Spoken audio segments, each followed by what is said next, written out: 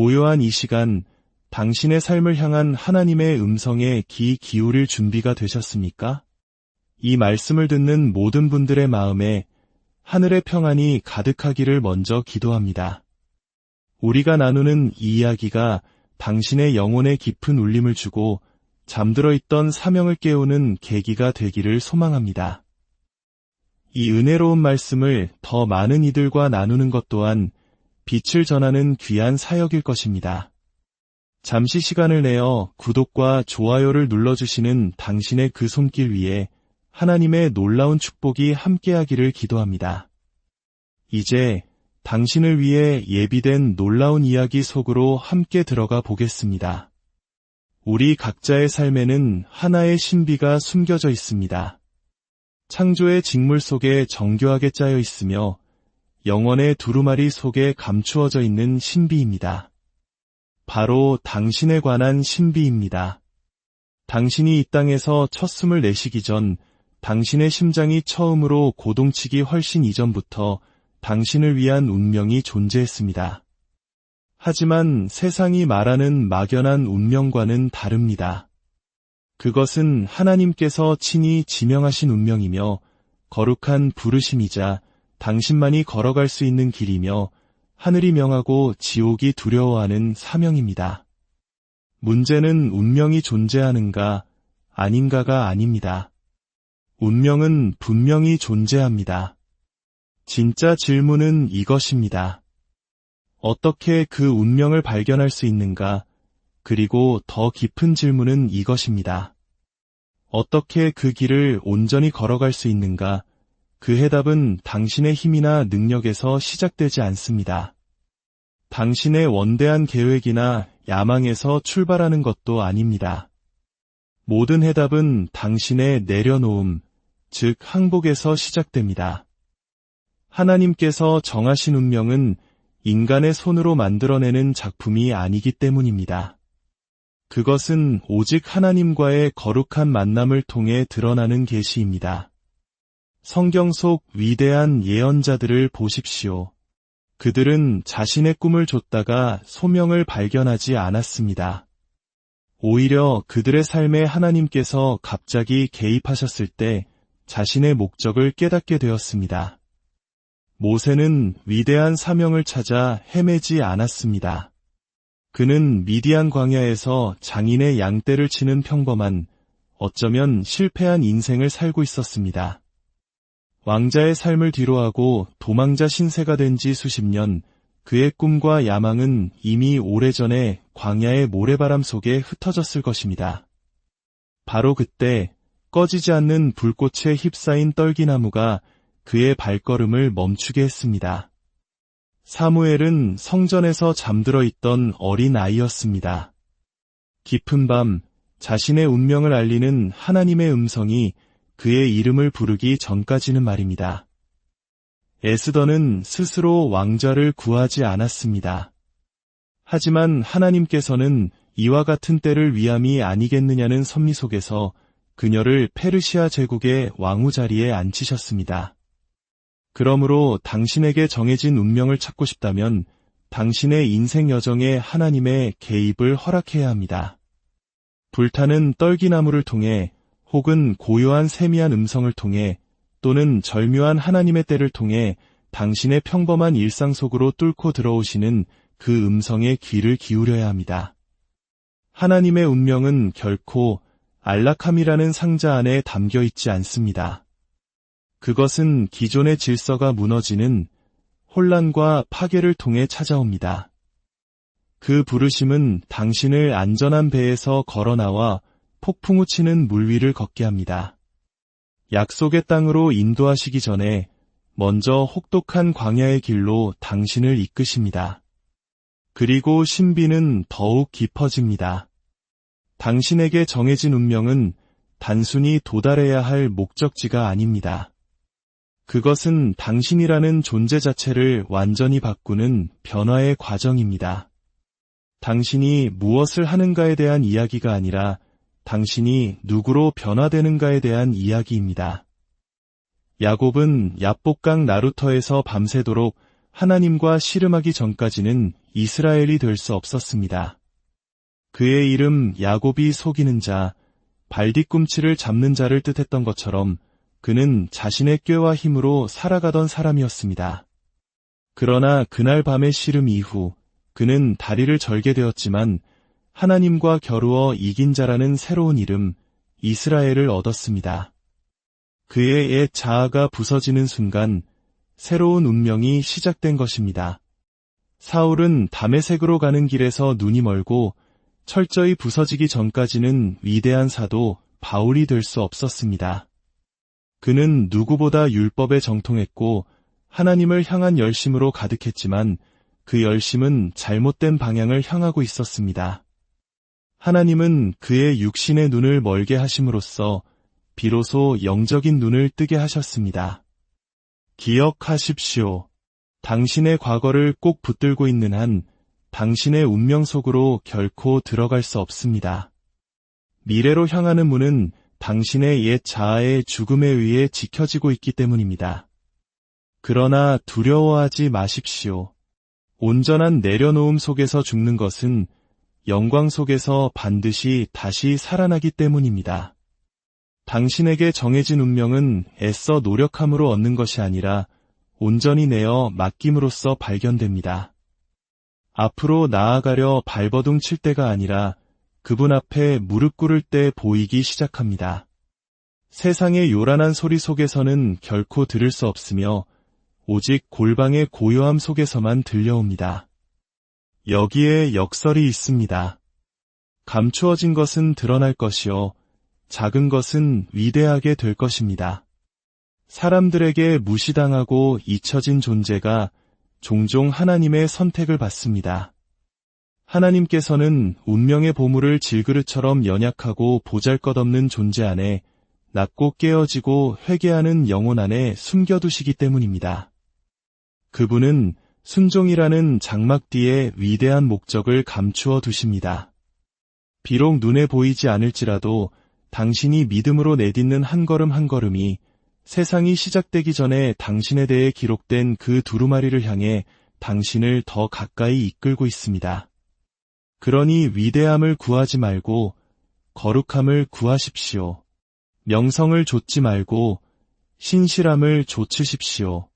겸손하게 걷는 자는 높임을 받을 것이며 그분의 날개 그늘 아래 걷는 자는 마침내 자신의 부르심의 빛을 발견하게 될 것입니다. 그리고 이것을 명심하십시오. 원수는 당신의 운명을 훔칠 수 없습니다. 하지만 당신 스스로 더 쉽고 편안한 길을 선택함으로써 그것을 포기할 수는 있습니다.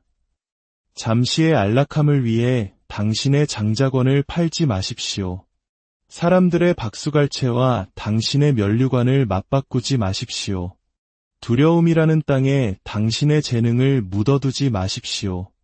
세상은 당신의 과거로 당신을 규정하려 할지 모릅니다. 하지만 하늘은 당신의 목적으로 당신을 규정합니다. 그리고 그 목적은 지금도 살아 숨쉬며 당신을 부르고 당신을 기다리고 있습니다. 하지만 영원히 기다리지는 않을 것입니다.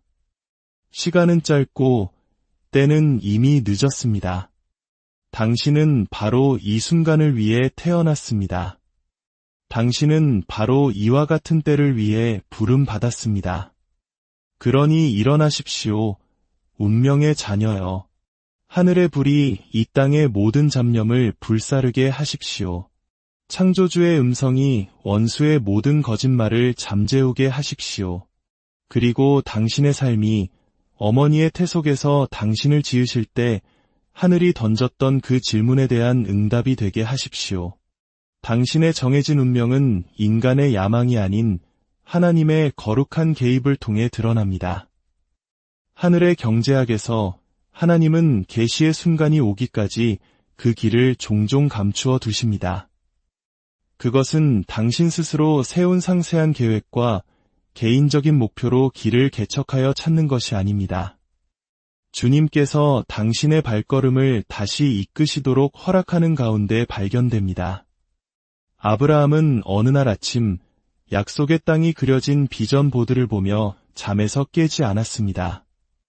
그는 단지 음성을 들었습니다.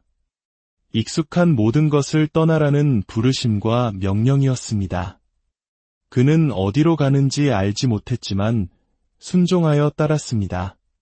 운명은 그의 계획 안에 있었던 것이 아니라 그의 순종 안에 있었기 때문입니다. 하나님의 개입은 삶의 단조로움을 깨뜨립니다. 안락함에 안주하는 자들을 불편하게 만듭니다. 평범함을 비범함으로 뒤바꿉니다. 하나님께서 당신의 삶에 발을 들여놓으시는 순간 당신의 모든 스케줄은 무의미해지고 당신의 힘은 턱없이 부족하게 느껴집니다. 광야의 모세를 생각해 보십시오. 그는 무명으로 사는 삶을 받아들였고 목적이나 위대함에 대한 모든 비전은 이미 오래전에 마음속에 묻어버렸습니다. 그때 갑자기 떨기나무가 불탔고 그 불꽃 속에서 하나님의 개입은 거룩한 초대가 되었습니다. 하나님은 우리가 생각하는 준비된 모습이 될 때까지 기다리지 않으십니다. 그분은 우리의 광야의 순간에, 우리의 혼란 속에, 우리의 완전한 항복 속에서 우리를 만나주십니다. 그렇게 양치기는 민족의 해방자가 되고 어부는 사람을 낚는 사도가 되며 교회의 박해자는 복음의 가장 위대한 전파자가 됩니다. 당신에게는 5개년 계획이 있을 수 있습니다. 개인적인 꿈과 조심스럽게 구축한 안락한 지대가 있을 것입니다. 그러나 하나님께서 그 그림 안으로 들어오시는 순간 그분은 모든 이야기를 다시 쓰십니다. 당신이 완전한 확신을 가지고 한 방향으로 걷고 있다가도 한밤중에 속삭임이나 열릴 것이라 생각했던 문이 쾅 닫히는 사건을 통해 완전히 다른 길로 돌아서게 될 수도 있습니다. 하나님의 개입은 혼돈이 아닙니다. 그것은 시간을 초월하여 보시는 하나님의 정밀함입니다. 실패처럼 보이는 것이 사실은 방향 전환일 수 있고 상실처럼 느껴지는 것이 실은 당신의 부르심으로 들어가는 문턱일 수 있습니다. 너무나 많은 사람들이 하나님의 개입에 저항하기 때문에 자신의 운명을 놓칩니다.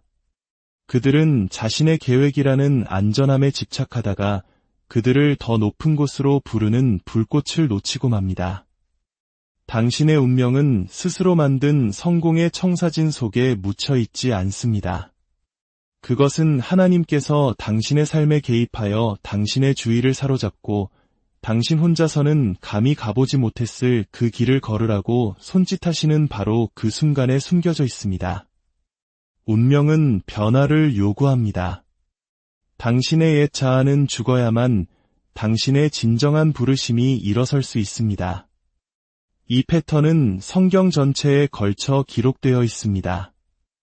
아브람이 많은 민족의 아버지라는 뜻의 아브라함이 되기 전 그는 아비의 땅을 떠나 언약적 정체성 속으로 들어가야 했습니다.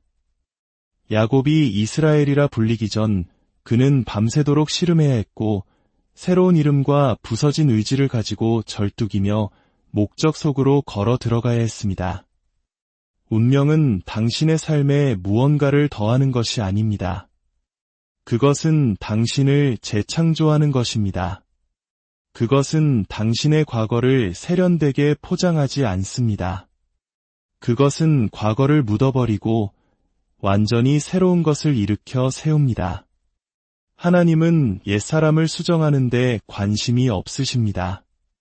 그분은 십자가에 못 박기를 요구하십니다.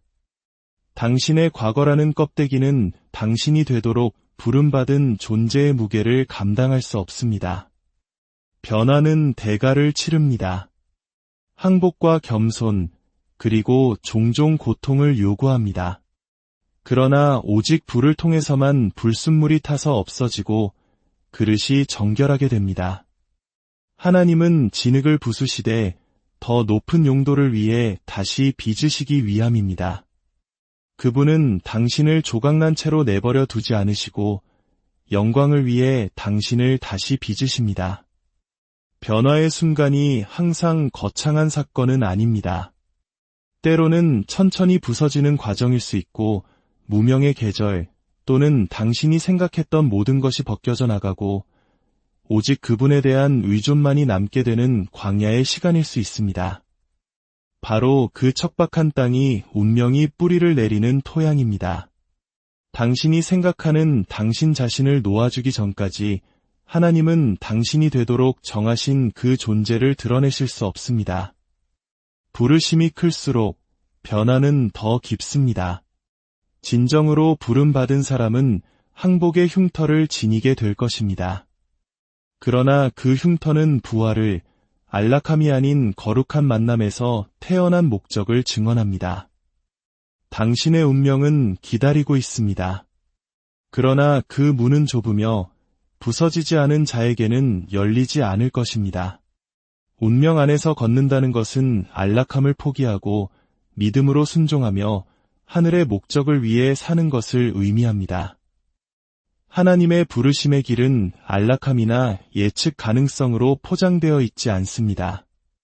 그것은 종종 위험과 순종, 그리고 떨리는 신뢰의 순간들로 표시된 사람이 잘 가지 않는 길입니다. 성경 속 운명의 이야기는 안전하게 살아간 사람들의 이야기가 아닙니다. 배에서 걸어 나오고 바다를 가르고 거인과 맞서고 불 속으로 들어간 사람들의 이야기입니다. 안락함은 결코 목적을 낳은 적이 없습니다. 그것은 언제나 전진의 적이었습니다. 하나님의 뜻을 선택할 때 당신은 익숙한 것들을 뒤로할 준비가 되어 있어야 합니다. 아브라함은 지도 없이 떠났고 베드로는 2번 생각하지 않고 그물을 버렸습니다. 그들에게 믿음은 개념이 아니었습니다. 그것은 불확실성 앞에서 보여준 움직임이었고 반응이었으며 행동이었습니다. 순종은 운명의 화폐입니다. 하늘은 당신의 완벽함을 요구하지 않습니다. 당신의 예라는 대답을 요구합니다. 그 발걸음이 다른 사람들에게는 이해되지 않을 수도 있습니다. 그 부르심이 당신을 당신의 수준보다 낮은 곳으로 혹은 당신의 능력을 넘어서는 곳으로 또는 당신의 계획에 위험해 보이는 곳으로 이끌 수도 있습니다. 그러나 하나님의 목적은 당신의 안락함에 의해 좌우되지 않습니다. 그것은 당신이 하나님의 마음에 얼마나 맞추어져 있는가에 의해 형성됩니다. 순종에 대가는 사람들의 박수갈채, 당신의 계획이 주는 안정감, 혹은 당신이 최고라고 생각했던 타이밍일 수 있습니다. 그러나 당신이 세상적인 것에서 잃는 것을 영원한 것에서 얻게 될 것입니다. 운명 안에서 걷는다는 것은 보이지 않는 것에 당신의 눈을 고정하는 것입니다. 결정의 무게를 그것이 어떻게 느껴지는가가 아니라 하늘이 무엇을 말하고 있는가로 재는 것입니다. 그것은 당신의 이름이 아닌 그분의 이름을 위해 사는 것을 의미합니다. 더 이상 성공을 지위나 소유로 측정하지 않고 오직 신실함으로 측정합니다. 당신은 이것이 쉬운가? 라고 묻지 않고 이것이 옳은가? 라고 묻습니다. 하나님의 운명 안에서 걷는 사람들은 종종 세상과 보조가 맞지 않는다고 느낍니다. 왜냐하면 그들의 리듬은 다른 차원에서 설정되었기 때문입니다. 그들은 오해받고 때로는 거부당하지만 그들은 불과 비전과 그들을 놓아주지 않는 거룩한 부담감으로 인을 맞은 자들입니다. 그들은 더 위대한 것을 보았습니다. 그들은 더 높은 곳으로 부르는 음성을 들었습니다. 그리고 그 음성은 폭풍 후에 잠잠해지지도 두려움에 잠기지도 않을 것입니다. 그들의 여정은 시련의 부재로 정의되는 것이 아니라 그들이 내딛는 모든 걸음 속에 함께하는 목적의 임재로 정의됩니다. 당신에게 정해진 운명은 꿈이 아닙니다. 그것은 소환장입니다. 이제